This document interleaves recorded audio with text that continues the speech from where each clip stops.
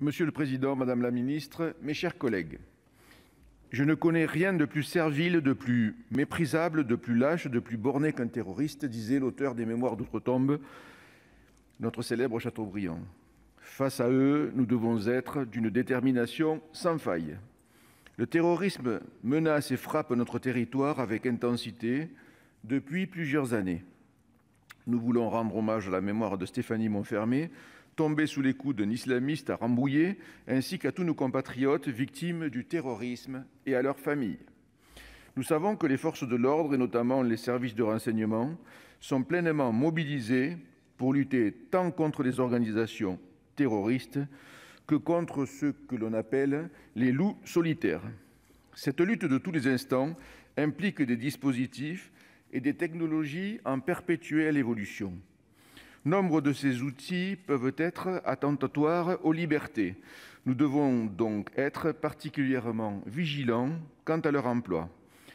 Le Parlement a ainsi veillé à encadrer strictement plusieurs mesures récemment introduites dans notre droit, comme les périmètres de protection, la fermeture des lieux de culte ou encore les mesures individuelles de contrôle administratif et de surveillance, dites Micas.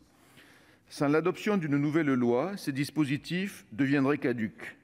Ils se sont avérés utiles pour prévenir la menace terroriste. Nous pensons qu'il est pertinent de les pérenniser en procédant à quelques ajustements. La sécurité de nos concitoyens est une priorité, mais elle ne doit pas être obtenue en faisant peser une menace sur leur liberté. La commission du Sénat a eu le courage de proposer une solution d'équilibre pour l'extension du champ de la surveillance aux adresses URL. Ces adresses pourront être collectées et traitées tant par les algorithmes de détection que par les recueils de données en temps réel. Un tel traitement permettra aux services de savoir non plus seulement à quels sites se sont connectés les suspects, mais aussi de connaître les contenus auxquels ils ont accédé.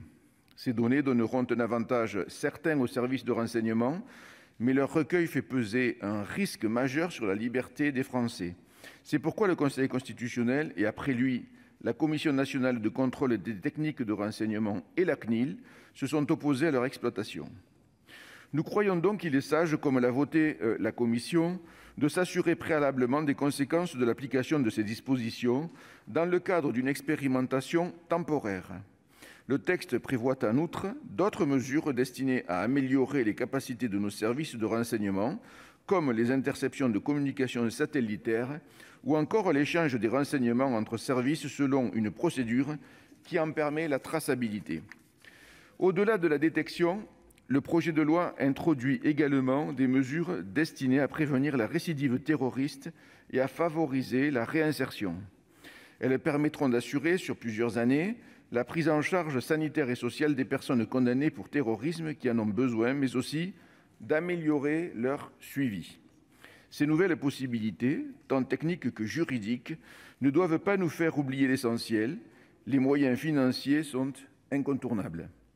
La prévention du terrorisme et de la récidive, la sécurité et la justice sont des sujets essentiels pour nos concitoyens. Les services de l'État, et particulièrement lorsqu'ils sont aussi régaliens que les services de sécurité, doivent disposer du budget nécessaire au bon accomplissement de leur mission. Notre groupe soutiendra l'adoption de ce projet de loi en demandant au gouvernement de continuer son effort budgétaire dans ces matières.